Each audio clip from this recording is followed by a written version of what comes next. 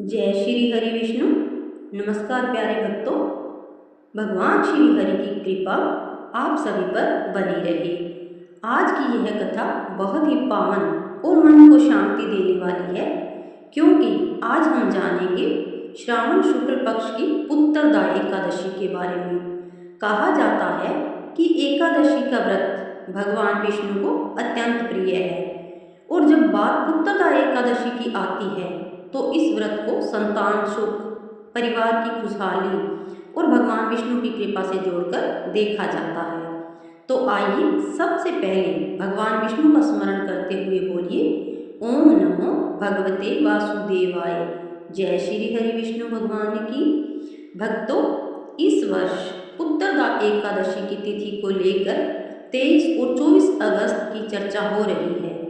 पंचांग के अनुसार एकादशी तिथि 23 अगस्त 2026 को रात लगभग 2 बजे शुरू होकर 24 अगस्त की सुबह लगभग 4:18 तक समाप्त होगी। सामान्य स्मार्त परंपरा में व्रत 23 अगस्त रविवार को रखा जाएगा, जबकि वैष्णव परंपरा में 24 अगस्त सोमवार को उत्तरदा एकादशी मानी जाती है। इसलिए भक्तों को अपने क्षेत्र और अपनी परंपरा के पंचांग के अनुसार व्रत की तिथि निश्चित करनी चाहिए। और सबसे जरूरी बात, पारण का समय भी स्थान के अनुसार अलग हो सकता है, इसलिए अपने शहर के पंचांग से पारण का समय अवश्य देख लें। धार्मिक मान्यता के अनुसार उत्तरदा एकादशी भगवान विष्णु को समर्पित पवित्र व्रत है। इस दिन श्रद्धालु भगवान विष्णु की पूजा करते हैं, उनका नाम जपते हैं और अपनी श्रद्धा के अनुसार व्रत रखते हैं। मान्यता है कि इस व्रत से भगवान विष्णु प्रसन्न होते हैं और भक्त के जीवन में सुख, शांति और समृद्धि का आशीर्वाद बना रहता है। संतान की इच्छा रखने वाले दंपत्ति भी श्रद्धा और विश्वास के साथ भगवान विष्णु की आराधना करते हैं।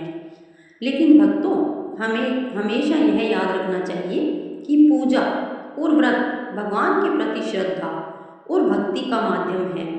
इन्हें किसी निश्चित सांसारिक परिणाम की गारंटी नहीं माना जाना चाहिए। अब जानते हैं कि पूजा कैसे करें। एकादशी के दिन प्रातः स्नान करके स्वच्छ वस्त्र धारण करें, अपने पूजा स्थान को साफ करें और भगवान विष्णु की प्रतिमा या तस्वीर के सामने दीपक जलाएं। भगवान को पीले फूल, तुलसी दल और अपनी श्रद्धा के अनुसार भोग अर्पित करें। फिर भगवान विष्णु का ध्यान करते हुए कहें, हे श्री हरि विष्णु भगवान, हमारे मन के सभी विकार दूर कर दीजिए, हमारे घर परिवार में सुख, शांति और प्रेम बनाए रखिए, हम पर और हमारे परिवार पर अपनी कृपा बनाए रखिए। इसके बाद भगवान विष्णु के मंत्र का जाप करें, ओम नमो भगवते वासुदेवाय। सामर्थ्य के अनुसार एकादशी व्रत रखें। स्वास्थ्य या व्यक्तिगत कारणों से उपवास संभव न हो तो अपनी स्थिति के अनुसार पूजा और भगवान का स्मरण करना ही सबसे महत्वपूर्ण है। इस दिन मन को शांत रखें, किसी के प्रति क्रोध न करें, किसी का अपमान न करें, झूठ और कटु वचन से बचें, भगवान का नाम स्मरण करें, जरूरतमंद की सहायता करें, क्योंकि केवल भोजन का त्याग ही व्रत नहीं है, मन के बुरे विचारों का त्याग करना भी सच्ची भक्ति का एक रूप है। उत्तरदा एकादशी की धार्मिक मान्यता हमें यह संदेश देती है कि जब मनुष्य सच्चे मन से भगवान की शरण में जाता है तो उसके भीतर आशा, धैर्य और विश्वास का जन्म होता है। जीवन में चाहे कितनी भी परेशानियां क्यों न हो, हमें भगवान पर विश्वास नहीं छोड़ना चाहिए। भगवान से अपनी इच्छा मांगते समय केवल अपनी इच्छा ही नहीं, बल्कि यह भी कहना चाहिए, हे प्रभु, जो मेरे और मेरे परिवार के लिए कल्याणकारी हो वही हमें प्रदान कीजिए। यही सच्ची भक्ति है। तो भक्तों, इस पावन उत्तरदा एकादशी पर भगवान श्री हरि विष्णु के चरणों में अपनी श्रद्धा अर्पित करें, घर में दीपक जलाएं, भगवान का नाम लें और अपने मन में प्रेम, दया और सेवा का भाव रखें।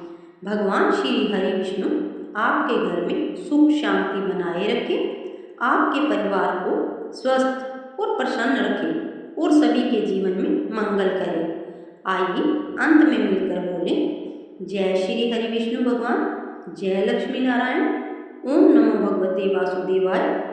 अगर आपको यह जानकारी अच्छी लगी हो, कथा अच्छी लगी हो, तो वीडियो को लाइक करें, अपने परिवार और प्रियजनों के साथ शेयर करें और चैनल को सब्सक्राइब करना न भूलें।